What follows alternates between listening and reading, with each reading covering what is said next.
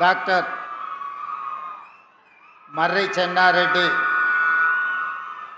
Telangana institute of medical sciences super speciality hospital ప్రారంభోత్సవ కార్యక్రమానికి నాతో పాటు ముఖ్య అతిథులుగా ఉప ముఖ్యమంత్రి వర్యులు మిత్రులు బట్టి విక్రమార్క గారిని, ఈనాడు ఈ కార్యక్రమానికి సభాధ్యక్షత వహిస్తున్న సోదరులు మెడికల్ అండ్ హెల్త్ మినిస్టర్ మిత్రులు దామోదర్ రాజ నరసింహ గారు, అదేవిధంగా ఈ నిర్మాణ బాధ్యతలు నిర్వహించిన రోడ్ల భవనాల శాఖ మంత్రివర్యులు మిత్రులు కోమటిరెడ్డి వెంకటరెడ్డి గారు, హైదరాబాద్ ఇన్ఛార్జ్ నగర మంత్రివర్యులు మిత్రులు పొన్నం ప్రభాకర్ గారు, స్థానిక శాసనసభ్యులు నవీన్ యాదవ్ గారు, రాజ్యసభ సభ్యులు యువమిత్రులు అనిల్ కుమార్ యాదవ్ గారు, కంటోన్మెంట్ శాసనసభ్యులు మిత్రులు శ్రీ గణేష్ గారు, అదేవిధంగా శాసనసభ్యులు మీర్ జుల్ఫీకర్ అలీ గారు, అదేవిధంగా శాసనసభ్యులు డాక్టర్ రాజేష్ రెడ్డి గారు, అదేవిధంగా శాసన మండలి సభ్యులు పెద్దలు ప్రొఫెసర్ కోదండరామ్ గారు, అదేవిధంగా శాసన మండలి సభ్యులు మిత్రులు బల్మూర్ వెంకట్ గారు, మరో శాసన మండలి సభ్యులు మిర్జా రహమత్ బేగ్ గారు, అదేవిధంగా మాజీ శాసనసభ్యులు మిత్రులు సంపత్ కుమార్ గారు, మాజీ శాసన మండలి సభ్యులు రాములు నాయక్ గారు, అదేవిధంగా స్థానిక నాయకులు బాబా ఫషుద్దీన్ గారు, అదేవిధంగా మరో స్థానిక నాయకులు సిఎన్ రెడ్డి గారు, ఇతర ప్రజాప్రతినిధులు, పార్టీ ప్రతినిధులు, ప్రభుత్వ అధికారులు, టిమ్స్ వైద్య సిబ్బంది, నిమ్స్కు సంబంధించిన సిబ్బంది అందరూ ఈ కార్యక్రమంలో పాల్గొని తెలంగాణ రాష్ట్రానికి మరొక ఆణిముత్యాన్ని ఈరోజు అంకితం చేస్తున్నందుకు ఇందులో అహర్నిశలు కృషి చేసిన సిబ్బందికి అందరికీ మనస్ఫూర్తిగా అభినందనలు తెలియజేస్తున్నా. ముఖ్యంగా దామోదర్ రాజ నరసింహ గారు, కోమటిరెడ్డి వెంకటరెడ్డి గారు ప్రత్యేకమైన శ్రద్ధ తీసుకొని ఈ పనులను స్వయంగా పర్యవేక్షించి పదే పదే ఇక్కడికి పర్యటన చేసి, అదేవిధంగా medical and health principal secretary Christina గారు ప్రత్యేకంగా దీని మీద శ్రద్ధ వహించి ఈరోజు పూర్తి చేసుకొని తెలంగాణ ప్రజలకు అంకితం చేస్తున్నందుకు మనస్ఫూర్తిగా వారిని అభినందిస్తున్నాను. మిత్రులారా, మీకందరికీ తెలుసు, ప్రజాపాలన అధికారంలోకి వచ్చిన తర్వాత అత్యంత ప్రాధాన్యత క్రమంలో విద్యా వైద్యాన్ని ఈరోజు మేము ప్రాధాన్యత కింద తీసుకున్నాం. వ్యవసాయమే కాకుండా మహిళా సంక్షేమ అభివృద్ధితో పాటు ఈరోజు విద్యా వైద్యాన్ని రాష్ట్ర ప్రభుత్వం అత్యంత ప్రాధాన్యత అంశంగా ఈరోజు ముందుకు తీసుకెళ్తున్నాం. మీకు తెలుసు, విద్యకు సంబంధించి ప్రభుత్వం తీసుకొస్తున్న సమూలమైన మార్పులు. ఈరోజు నర్సరీ నుంచి 12th క్లాస్ వరకు ఎడ్యుకేషన్ కింద, 12th తర్వాత స్కిల్స్ డెవలప్మెంట్లో ఈరోజు రాణించాలి అని చెప్పి ఈ తెలంగాణ రాష్ట్రం దేశంలో ఉండే మిగతా రాష్ట్రాలతో కాదు, ప్రపంచంలోనే గొప్ప అవకాశాలు పొందాలి. ఇందులో ముఖ్యంగా మా girls nursing college medical doctors అయ్యి ప్రపంచంలోనే సేవలు అందించాలని ముఖ్యంగా జర్మనీ, జపాన్, సౌత్ కొరియా లాంటి దేశాలు మన నర్సింగ్ స్టాఫ్ మీద ఎంతో ఆసక్తి చూపిస్తున్నారు. ఇప్పటి వరకు మన నర్సింగ్ గర్ల్స్ మిడిల్ ఈస్ట్ కంట్రీలోనే సేవలు అందించే ప్రయత్నం చేస్తున్నారు. భవిష్యత్తులో మీరు Germany, Japanese language, south Korean language నేర్చుకుంటే ఆ దేశాలలో లక్షలాది ఉద్యోగాలు, ఉపాధి అవకాశాలు మీకోసం ఎదురు చూస్తున్నాయి. అందుకే ఈరోజు నర్సింగ్ కాలేజెస్ కానీ, పారా మెడికల్ సిబ్బందిని కానీ డాక్టర్స్ నియామకంలో నాకు తెలిసి దామోదర్ రాజ నరసింహ గారు వారు చెప్పాలి, ఇప్పటి వరకు 16,000 మంది సిబ్బందిని తెలంగాణ రాష్ట్రంలో మన ప్రభుత్వం వచ్చిన తర్వాత నియామక పత్రాలు అందించడం జరిగింది. ఎప్పుడు కూడా ఇంత పెద్ద ఎత్తున మీ నియామకాలు చేపట్టలేదు. ఈరోజు పేదల ఆరోగ్యము మా బాధ్యతగా మేము భావిస్తున్నాం. ఈరోజు విద్య మీద పెట్టే పెట్టుబడి కానీ లేకపోతే వైద్యం మీద పెట్టే ప్రభుత్వం కేటాయించే నిధులు దీని ఖర్చు కిందనో సంక్షేమ పథకం కిందనో చూడట్లేదు. మేము భవిష్యత్తు కోసం పెట్టుబడి పెడుతున్నామని మేము భావిస్తున్నాం. ఈరోజు ఒక పేదవాడి కుటుంబంలో పిల్లల చదువులు తల్లిదండ్రుల వైద్యమే అత్యంత ఖరీదైనదిగా మారింది. ఈరోజు పేదలు కార్పొరేట్ హాస్పిటల్లో జాయిన్ అయితే ఆస్తులు అమ్మినా సరిపోని పరిస్థితి, చివరికి కిడ్నీలు కూడా అమ్ముకునే పరిస్థితి ఈరోజు రాష్ట్రంలో దేశంలో ప్రైవేటు వైద్యము అత్యంత ఖరీదుగా మారింది. అందుకే ఈనాడు రాష్ట్ర ప్రభుత్వం సంపూర్ణ అవగాహనతోని రాష్ట్రంలో ఉండే ప్రజలు 4 కోట్ల ప్రజలకు ప్రతి వాడికి వైద్యాన్ని అందించాలి. ఆ వైద్యం ఉచితంగా ఉండాలి. ముఖ్యంగా మనిషి ఆరోగ్యంగా ఉండాలి అంటే గుండె కిడ్నీలు బాగా ఉండాలి. ఈరోజు గుండెకు సంబంధించి కిడ్నీలకు సంబంధించి అవయవ మార్పిడికి సంబంధించి ఒక super speciality హాస్పిటల్ను doctor Marri Chennareddy గారి పేరు మీద సనత్ నగర్లో ప్రారంభించుకోవడం అంటే ఇది నిజంగా తెలంగాణ రాష్ట్ర పేద ప్రజలకు అత్యంత ప్రయోజనకరమైంది. ఆదిలాబాద్ నుంచి మొదలు పెడితే అలంపూర్ వరకు ప్రతి మారుమూల ప్రాంతాలలో ఉన్న దళితులకు గిరిజనులకు ఆదివాసీలకు నిరుపేదలందరికీ ఈరోజు ఈ వైద్య సహాయాన్ని అందుబాటులోకి తీసుకువచ్చినాం. చాలామంది చాలా విషయాలు మాట్లాడుతున్నారు. నేను కొన్ని లెక్కల్ని మీ ముందు ప్రస్తావించదలుచుకున్నా. ఈరోజు వరకు ఈ 32 నెలల పరిపాలనలో ఆరోగ్యశ్రీ కోసమే దాదాపుగా 2700 కోట్ల రూపాయలు ఖర్చు పెట్టడం జరిగింది. వివిధ ఆసుపత్రులకు నిధులు చెల్లించడం జరిగింది.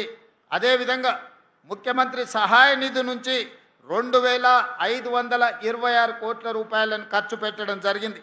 కేవలం ఈ 2 పథకాలలోనే వైద్య ఆరోగ్య శాఖ పర్యవేక్షణలో 5226 కోట్ల రూపాయలు దేశంలో పేదల కోసం ఈ స్థాయిలో నిధులు ఏ ప్రభుత్వము కేటాయించలేదు, ఖర్చు పెట్టలేదు.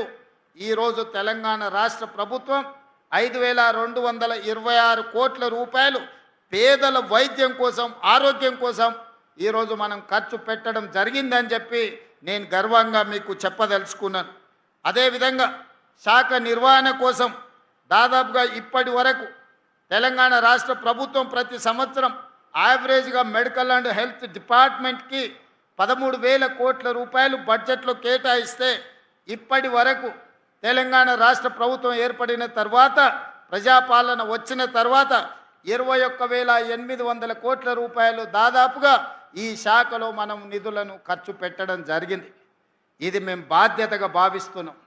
ప్రజలు మా మీద పెట్టుకున్న నమ్మకానికి విశ్వాసానికి ప్రతీకగా నిరంతరం మేము పరితపిస్తూ నిరంతరం జాగ్రత్తగా రూపాయి కూడబెట్టి ఈరోజు పేదల వైద్యానికి ఈరోజు ఈ నిధులను అందుబాటులోకి తీసుకొచ్చినాం. ఉస్మానియా హాస్పిటల్ నిజాం సర్కారు 100 సంవత్సరాల పైగా ముందు పేదల కోసం ప్రారంభించిన హాస్పిటల్ అది కూలిపోవడానికి సిద్ధమై అక్కడ వైద్యాన్ని అందించడానికి కష్టమై వర్షాలు వచ్చినప్పుడు హాస్పిటల్ లోపలికి వరదలు వస్తే అక్కడ పేదలకు వైద్యం అందించడం కష్టమైంది. 10 సంవత్సరాల అధికారంలో ఉన్నవాళ్ళు ఉస్మానియా హాస్పిటల్ని ఇంకొక దగ్గర నిర్మించాలన్న ఆలోచన కూడా వాళ్ళకు రాలేదు, నిర్ణయం తీసుకోలేదు. కానీ మన ప్రభుత్వం వచ్చిన తర్వాత ఉస్మానియా హాస్పిటల్ పక్కనే గోష మహల్లో 30 ఎకరాలలో 2,700 కోట్ల రూపాయలతోటి 2,000 పడకల మల్టీ సూపర్ స్పెషాలిటీ హాస్పిటల్ని ఉస్మానియా దగ్గర ఈరోజు మనం నిర్మించుకుంటున్నాం. తొందరలోనే మనం పూర్తి చేసుకోబోతున్నాం. సనత్ నగర్లో టెంకాయ కొట్టిండ్రు, నిధులు నిర్మాణం మర్చిపోయింది. అల్వాల్లో టిమ్స్కి టెంకాయ కొట్టిండ్రు, నిధులు నిర్మాణం మర్చిపోయిండ్రు. ఎల్బీ నగర్లో టిమ్స్ హాస్పిటల్కి టెంకాయ కొట్టిండ్రు, నిధులు నిర్మాణం మర్చిపోయిండ్రు. వరంగల్లో కూడా పెద్ద హాస్పిటల్ని కడతామని ఉన్నదాన్ని నిర్వీర్యం చేసి కొత్త నిర్మాణం కోసం ఉపన్యాసాలు ఇచ్చి అది కూడా మర్చిపోయిండ్రు. అందుకే మన ప్రభుత్వం వచ్చిన తర్వాత అత్యంత ప్రాధాన్యతలో భాగంగా ఉస్మానియా హాస్పిటల్, సనత్ నగర్ టిమ్స్ని, అల్వాల్ టిమ్స్ని, ఎల్బీ నగర్ టిమ్స్ని, వరంగల్లో ఉండే హాస్పిటల్ని ఈరోజు అత్యంత ప్రాధాన్యతతో నిధులు కేటాయించి నిర్మాణాలు వేగంగా పూర్తి చేస్తున్నాం. ఇవన్నీ హాస్పిటల్ పూర్తి అయితే 10,000 పడకల ఆసుపత్రులు ఈరోజు తెలంగాణలో పేదలకు అందుబాటులోకి వస్తాయి. తద్వారా పేదలకు ఒక విశ్వాసాన్ని, ఒకనాడు జానపదాలలో పాడుకునే వాళ్ళు తెలంగాణ మారుమూల పల్లెల్లో నేను రాను బిడ్డో సర్కారు దావఖానకి అని. ఎందుకంటే 100 బాధలు ఒక్క పదంలో, ఒక్క జానపదంలో ఆనాడు చెప్పుకోవడం జరిగింది. ఈనాడు రాబోయే సంవత్సరంన్నర తిరిగే లోపల 2027 డిసెంబర్ 9 తారీఖు లోపల Osmania hospital, Alwal, LB Nagar and Warangal ప్రతి 6 నెలలకు ఒక హాస్పిటల్ని పూర్తి చేసి ఏ కార్పొరేట్ హాస్పిటల్ కూడా మన ప్రభుత్వ ఆసుపత్రులతో పోటీ పడలేని విధంగా తీర్చిదిద్ది ఒక్కొక్క హాస్పిటల్కు ఒక్కొక్క డైరెక్టర్ను నియమించి ఆ డైరెక్టర్ పర్యవేక్షణలో ఈరోజు నిమ్స్ అందిస్తున్న సేవలకు పోటీగా ఈరోజు ప్రపంచంలోనే నిమ్స్ హాస్పిటల్కి ఎయిమ్స్తో పోటీపడి సేవలు అందిస్తున్న గుర్తింపు ఉన్నది. రాబోయే రోజుల్లో వీటన్నిటిని కూడా ఆ స్థాయిలో నిర్వహించి వాటికి అవసరమైన నిధుల కేటాయింపే కాదు, వాటిని నిర్వహించడంలో ఏ అపోలో, యశోద, ఏఐజీకి వెళ్తే ఎంత పరిశుభ్రంగా ఈ హాస్పిటళ్లను నిర్వహిస్తున్నారో రాబోయే రోజుల్లో ఈ హాస్పిటల్స్ని కూడా అదే స్థాయిలో నిర్వహిస్తాం. వాటి మీద ప్రత్యేకమైన కార్యాచరణ తీసుకోవాల్సిందిగా మా సిబ్బందికి అందరికీ నేను సూచన చేస్తున్నా. ఇక్కడికి వచ్చే వాళ్ళకు ఉచితంగా భోజనం, ఉండడానికి అటెండెంట్స్, పేషెంట్లు వెంబడి ఎవరైనా వస్తే వాళ్ళు బయటికి వెళ్ళి హోటళ్లలోనో లాడ్జిల్లోనో ఉండడం కష్టం, ఇక్కడ ఉండే పేషెంట్లను చూసుకోవడం ఇబ్బంది. అందుకే ఇక్కడికి పేషెంట్లతో పాటు వచ్చే వాళ్లకు డార్మెటరీస్ ఇవ్వాలని, అదేవిధంగా క్యాంటీన్లో మంచి ఫుడ్ ఇవ్వాలని, ఇతర వసతులు కూడా వాళ్ళకి ఇవ్వాలని అవసరమైన నిధులను మంజూరు చేయాల్సిందిగా, సూపర్ పీజీని కూడా ఇక్కడ శాంక్షన్ చేయాల్సిందిగా, నర్సింగ్ కాలేజెస్ ఇక్కడ ఉంటే 60-70% పేషెంట్లకు మా నర్సులే సేవలు అందిస్తారు. ఆ పైన వాళ్ళకే డాక్టర్లతో అవసరం ఉంటుంది. 70% పైగా ఆసుపత్రికి వచ్చే పేదలకు వైద్యాన్ని మా నర్సింగ్ సోదరిమణులే సేవలు అందిస్తారు. పైనుండే 30%కే డాక్టర్లు, సూపర్ స్పెషాలిటీ డాక్టర్స్తోనే అవసరం ఉంటుంది. అదేవిధంగా నేను మెడికల్ అండ్ హెల్త్ మినిస్టర్ గారికి ఒక సూచన చేస్తున్నా. ఈరోజు మనం ఆరోగ్యశ్రీలో కానీ సీఎం రిలీఫ్ ఫండ్లో ప్రైవేట్ వాళ్ళకే ఎక్కువ నిధులు ఇస్తున్నాం. మీరు గవర్నమెంట్లో డాక్టర్లను అదనపు సమయాన్ని పని చేయమని ఉండి సర్జరీలు చేసే డాక్టర్లకు ఇన్సెంటివ్స్ ఇద్దాం. అప్పుడు ఆ డాక్టర్లు అదనపు సమయం మన ప్రభుత్వ వైద్యశాలల్లోనే పనిచేస్తారు. వాళ్ళ డ్యూటీ సమయం తర్వాత వాళ్ళ నైపుణ్యాన్ని, వాళ్ళ నేర్పరితనాన్ని ప్రభుత్వ ఆసుపత్రుల్లో చేరే పేషెంట్ల కోసం ఉపయోగిస్తే వాళ్ళు సర్జరీలు, వాళ్ళకున్న స్పెషాలిటీని పేదలకు వైద్య సేవలు అందిస్తే మనం ఇన్సెంటివ్స్ ఇద్దాం. ఆ ఇన్సెంటివ్ ఇచ్చినప్పుడు ఆటోమేటిక్గా వాళ్ళు అడిషనల్ అవర్స్ ఇక్కడ పనిచేస్తారు. They can spend quality time for poorest of the poor patients. So ఇప్పుడు మనం ఇక్కడ ఇవ్వకపోతే వాళ్ళు డ్యూటీ అవర్స్లో ఇక్కడ పనిచేసుకొని వాళ్ళు ప్రైవేట్ ప్రాక్టీస్ చేయడమో, ప్రైవేట్ హాస్పిటల్స్లో పనిచేయడమో, లేదా వాళ్ళకున్న నైపుణ్యాన్ని ఇతర దగ్గర ఉపయోగిస్తున్నారు. కాబట్టి మీరు దీనికి క్షుణ్ణంగా పరిశీలించి నేను అధికారులకు కూడా సూచన చేస్తున్నా. సూపర్ స్పెషాలిటీ ఉన్న డాక్టర్స్ని if they spend additional time, if they are going to serve additional time in our hospitals, we have to appreciate them, we have to give incentives them through this Arogyasri or CM Relief Fund. So ఈ విధంగా ఈ శాఖను ప్రక్షాళన చేసుకొని ప్రజలకు విశ్వాసం కల్పించి ప్రజలకు ఒక నమ్మకాన్ని అందించి మాకు కష్టం వస్తే తెలంగాణ రాష్ట్ర ప్రభుత్వం ఉన్నది, మమ్మల్ని చూసుకోవడానికి తెలంగాణ ముఖ్యమంత్రి రేవంత్ అన్న ఉన్నాడనే భరోసా మీరు కల్పించాలి. పేదలకు నమ్మకం, విశ్వాసం కల్పిస్తే మన జన్మ సార్థకమైనట్టే.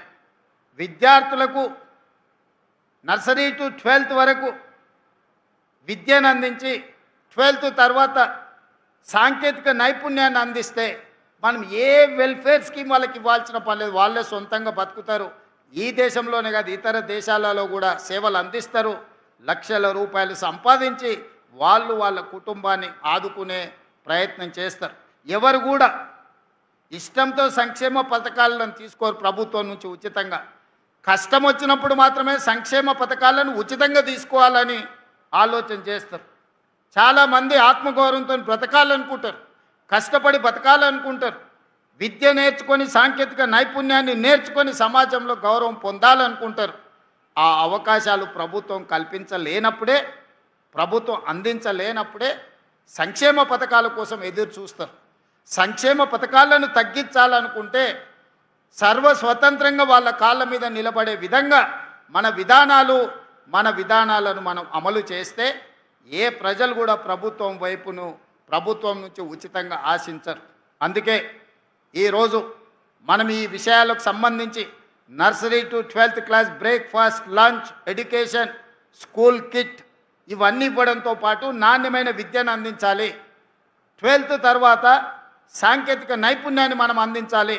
దాని మీద పూర్తి స్థాయిలో మా సహచర మంత్రులు సమయాన్ని కేటాయించి ప్రజలందరికీ వివరించి ప్రభుత్వము పేద ప్రజల కోసమే పనిచేస్తుందనే నమ్మకాన్ని కలిగిద్దామని మీ అందరికీ విజ్ఞప్తి చేస్తూ, నిన్న మన ఒక ఆయన ఇక్కడికి వచ్చిపోయాడు. ఈ విషయాన్ని కూడా మీతో పంచుకోవాలి. సనత్ నగర్ ఎమ్మెల్యే గారు వాళ్ళ పార్టీ నాయకుడిని మనం పూర్తి చేసి ప్రారంభిస్తున్నామంటే ముందుగానే ఎట్లయినట్టు మనం రివ్యూస్ చేసినప్పుడు టీవీలలో పేపర్లలో వార్తలు వస్తాయి. వచ్చే నెలలో ముఖ్యమంత్రి గారు లేదా వైద్య ఆరోగ్య శాఖ మంత్రి ఉప ముఖ్యమంత్రి గారు సనత్ నగర్ హాస్పిటల్ని ప్రారంభించబోతుండు అని టీవీల పేపర్లో చూడంగానే పొద్దున్నే లేస్తున్నారు, పగటి వేషగాళ్ళలాగా తయారవుతున్నారు, ఇక్కడికి వచ్చి హడావిడి చేస్తున్నారు. ఆ సనత్ నగర్ ఎమ్మెల్యే గారు కేటీఆర్ గారిని తీసుకొచ్చి హాస్పిటల్ అంతా అక్కడ ఇక్కడ కళ్ళు తిరిగి చూసిండు. ఇది మేమే కష్టపడి కట్టినాం, రేవంత్ రెడ్డి గారు ప్రారంభిస్తున్నాడని ఆరోపణ చేసింది. నాకేం అభ్యంతరం లేదు. అట్లీస్టు వాళ్ళ ఆత్మ పరిశీలన చేసుకోవడానికన్నా పర్యటన పనికొస్తుంది. అయితే ఇది అయిన తర్వాత ఆ సనత్ నగర్ ఎమ్మెల్యే గారు చెప్పారు, ఈ వెనకాలనే ఎర్రగడ్డ మెంటల్ హాస్పిటల్ ఉంటుంది, ఒకసారి పోయి చూసిపోదామని. మనోనికి బుర్ర తక్కువ కదా, ఆలోచన ఉండదు కదా, దబదబా లోపలికి పోయిండు. లోపలికి పోతే అక్కడ అందరూ ఎవరి పనులు వాళ్ళు చేసుకుంటారు. ఒక పెద్ద మనిషి కళ్ళు మూసుకొని ధ్యానం చేస్తున్నట్టుగా ఆయన గత జ్ఞాపకాలను కుటుంబాన్ని గుర్తు చేసుకుంటూ ఆయన డీప్ ట్రాన్స్లో ఉంటే ఈ సనత్ నగర్ ఎమ్మెల్యే గారు పోయి ఊరుకుండక ఆయన భుజం తట్టి తాత తాత అని లేపిండు. కళ్ళు తెరిచి చూసిండు ఇద్దరు. ఏం సంగతి బిడ్డ అంటే, మా సార్ని గుర్తుపట్టినావు అని నేను చూపించాడు. లేదు బిడ్డ నేను గుర్తుపట్టలేదు అన్నాడు. ఆ సార్కు విపరీతమైన కోపం, ఉక్రోషం వచ్చింది. నన్ను గుర్తుపట్టవా తెలంగాణలో ఉండి, నా సంగతి మా నాయన సంగతి నీకు తెలియదా, నన్ను ఎట్లా గుర్తుపట్టవని. లేదు బిడ్డ నిజంగానే నేను గుర్తుపట్టలేదంటే, ఇగో ఆ టిమ్స్ సనత్ నగర్ కట్టింది నేనే, అల్వాల్ టిమ్స్ కట్టింది నేనే, ఎల్బీ నగర్ టిమ్స్ కట్టింది నేనే, అయినా నన్ను గుర్తుపడతలేవా అన్నాడు. ముసలాయన నింపాదిగా, ఊకుండు బిడ్డ ఊకుండు, నేను వచ్చినప్పుడు కూడా ఈ లోపలికి వచ్చినప్పుడు చార్మినార్ నేనే కట్టినా, గోల్కొండ నేనే కట్టినా, హైదరాబాదు నగరాన్ని నేనే నిర్మించిన చెప్పేటోని, డాక్టర్లు గుర్తుపట్టిర్రు, నా తిక్క కాస్త ఎర్రిగా మారిందని కరెంటు వైర్లు పెట్టి షాక్ ఇవ్వగానే ఇప్పుడు జర్ర సోయిలకు వచ్చిన, ఇక తొందరలోనే నేను ఇంటికి పోతున్నా బిడ్డ, నీకు కూడా ఈడ చేరితే ఒక వారం ఉంటే అతను ఏమనుకుంటున్నాడంటే ఇతను కూడా ఎర్రిలేసి తిక్కతోని ఎర్రగడ్డకు వచ్చిండు అనుకొని, నీకు కూడా ఏం కాదు బిడ్డ, డాక్టర్లు మంచోళ్ళు ఉండ్రు, ఈ కరెంటు వైర్లు పెడితే వారంలో నీకు నిజం అర్థమవుతుందని చెప్పిండు. గట్లున్నది ఆయన గట్టిన అనే కథ. నువ్వు కడితే 10 ఏళ్ళు టెంకాయ కొట్టనిక రిబ్బన్ కట్ చేయనిక నీకు సమయం దొరకలేదా? నిజంగానే నువ్వు సనత్ నగర్ టిమ్స్ కట్టినా, అల్వాల్ టిమ్స్ కట్టినా, ఎల్బీ నగర్ టిమ్స్ కట్టినా, వరంగల్ హాస్పిటల్ కట్టినా, ఉస్మానియా హాస్పిటల్ కట్టినా 10 సంవత్సరాలు చంద్రశేఖరరావు గారే ముఖ్యమంత్రిగా ఉన్నారు, హరీష్ రావు గారు వైద్య ఆరోగ్య శాఖ మంత్రిగా ఉన్నట్టున్నాడు, లేకపోతే ఇంకొక ఆయన ఉన్నట్టున్నాడు. మీ కుటుంబమే ఉంది కదా, మీరెందుకు రిబ్బన్ కట్ చేయలేదు, మీరు ఎందుకు ప్రారంభించలేదు, ఎందుకు మీరు పేదల కోసం సేవలు అందించాలనే ప్రయత్నం చేయలేదు? ఉస్మానియాని నిర్వీర్యం చేసి కూల్చాలని మీరు ప్రయత్నం చేస్తే కొత్త ఉస్మానియా హాస్పిటల్ని మేము కట్టినాం. మీరు జీవోలు ఇచ్చి టెంకాయలు కొట్టి మీరు ఏం కట్టుకున్నారు? 1000 ఎకరాలల్లో ఎర్రవల్లిలో ఫామ్ హౌస్ కట్టుకున్నారు. ఒక్క రోజన్నా ఆలస్యమైందా? జన్వాడలో 100 ఎకరాలలో ఫామ్ హౌస్ కట్టుకున్నావు నువ్వు, విలాసవంతమైన ఫామ్ హౌస్, వైట్ హౌస్ కూడా పనికిరానంత గొప్ప ఫామ్ హౌస్ కట్టుకున్నావు. ఒక్క రోజన్నా ఆలస్యమైందా? మీ చెల్లెలు శంకర్పల్లిలో ఫామ్ హౌస్ కట్టుకుంది, ఎప్పుడైనా ఆగిందా? మీ బావ మొయినాబాద్లో ఫామ్ హౌస్ కట్టుకున్నాడు, ఎప్పుడైనా ఆగిందా? మీ ఫామ్ హౌస్లో ఒక్కరోజు కూడా ఆలస్యం కాకుండా ఒక ఆయన 1000 ఎకరాలలా, ఇంకొక ఆయన 100 ఎకరాలలా, మీ చెల్లెలు 50 ఎకరాలలా, మీ బావ 25 ఎకరాలలా విలాసవంతమైన భవంతులు, పెద్ద పెద్ద గడీలు నిర్మించుకున్నారు. సరైన సమయంలో అవి పూర్తయినాయి. కానీ మా పేదలకు అందించే ఒక్క హాస్పిటల్ అన్న మీరు గట్టి చూపించిండ్రా, పూర్తి చేసిండ్రా, ప్రారంభించిండ్రా, పేదలకు వైద్యాన్ని అందించిండ్రా? ఇంకా కూడా ఆత్మ పరిశీలన చేసుకోకుండా ఏ మాత్రం సమాజం గమనిస్తుందని సిగ్గుపడకుండా నోటికొచ్చిన అబద్ధాలు చెప్పి బతకాలనుకుంటారు. తెలంగాణ ఉద్యమం అప్పుడు రాష్ట్ర సాధన కోసం మీరు ఎన్ని అబద్ధాలు చెప్పినా, ఎన్ని తప్పులు చేసినా ఆ ప్రొఫెసర్ కోదండరామ్ గారి ముఖం చూసి మేము అందరం ఊరుకున్నాం. ఇప్పుడు అట్లాంటి పరిస్థితి లేదు. దయచేసి మీ ఆలోచనలు, మీ బుద్ధి మారాలి. కరువు రావాలని అఘోర దీక్షలు, రాష్ట్రంలో రైతులు చచ్చిపోవాలని చేతబడులు చేపించేది మాని మీ బుద్ధి మారాలని ఆ నల్లమల్ల అడవుల పోయి ఒక 2 ఏళ్ళు తపస్సు ఏమైనా చేస్తే, అడవులల్లో ఆ సెంచులకు ఏమైనా సేవ చేస్తే, లేకపోతే ఆదిలాబాదులో మా గోండులకు ఏదన్నా సేవలు అందిస్తే మీరు సంపాదించిన 1,00,000 కోట్లల్లో కనీసం నియోజకవర్గానికి 10 కోట్లు 20 కోట్లు ఖర్చు పెట్టి సేవలు చేస్తే మీరు చేసిన పాపాలు కొన్నెన్నా తగ్గుతాయి, మీకు విముక్తి జరుగుద్ది. అంతే తప్ప అబద్ధాల ప్రచారాలతోని, ఆర్టిఫిషియల్ ఇంటెలిజెన్స్లో క్రియేట్ చేసిన సోషల్ మీడియా ప్రచారంతో, లేకపోతే మీ బంట్రోతులు కట్టే ఫ్లెక్సీలతోని మిమ్మల్ని ఎవడు నమ్మడు. మీరు అన్నీ చేసినామని అబద్ధాలు చెప్తేనే మిమ్మల్ని ఇంటికి పంపించారు. పార్లమెంట్ అప్పుడు గుండు సున్నిచ్చారు. సర్పంచ్ ఎలక్షన్లప్పుడు గోతి తీసి పాతి పెట్టారు. మున్సిపల్ ఎలక్షన్లప్పుడు మీ ఎక్కడున్నారో అత్తా పత్తా లేదు. అయినా మీ బుద్ధి మారలేదు. నేనేం మీ బుద్ధి మారాలని కోరుకుంటలేను. మీరు ఇట్లనే 2034 వరకు ఉండాలని నేను కోరుకుంటున్నాను. ఎందుకంటే మీలాటోడు ఉంటే నాకు అలకట్ పని. చంద్రశేఖరరావు గారు నాకు ఏం సాయం చేసినా చేయకపోయినా గట్లాంటో నీ కొడుకు నువ్వు ఈ తెలంగాణకి ఇచ్చినందుకు నాకు మేలు జరిగింది. అట్లనే ఉండాలి. నీ కొడుకు మారొద్దు. మారితే మళ్ళీ మేము ఇంకా కొంచెం ఎక్కువ కష్టపడాల్సి వస్తుంది. కాబట్టి మిత్రులారా, ఎవరేమనుకున్నా, మా మంత్రులు కూడా బాధపడుతున్నారు. మా ఎంకన్నా, మా బట్టన్న వాళ్ళు ఇట్లే చెప్పిరు అట్లే చెప్పిరని. వాళ్ళు అట్లనే అబద్ధాలు చెప్పాలన్నా నిజాలు ప్రజలకు అర్థమవుతూనే ఉంటాయి. వాళ్ళ అబద్ధాలు చెప్పడం మాననంత కాలం నేను ఇట్లాంటి నిజాలు చెప్పడం కూడా మాననింగా. ఎందుకంటే ప్రతి దగ్గర ఒక 5 నిమిషాలు నిజాలు చెప్పడం మొదలు పెడతా. ఇన్ని రోజులు మనకెందుకు లేని ఊరుకున్నా, ఇప్పుడు నిజాలన్నీ మీకు చెప్తాను. నిజాలు మీకు తెలుస్తాయి. ఈ కార్యక్రమాన్ని ఇంత అద్భుతంగా నిర్వహించినందుకు ఈ సనత్ నగర్ టిమ్స్ సిబ్బందితో పాటు మా వైద్య ఆరోగ్య శాఖ మిత్రులందరిని కూడా మరొక్కసారి అభినందిస్తూ మీ అందరి దగ్గర సెలవు తీసుకుంటున్నా. ధన్యవాదాలు మిత్రులారా.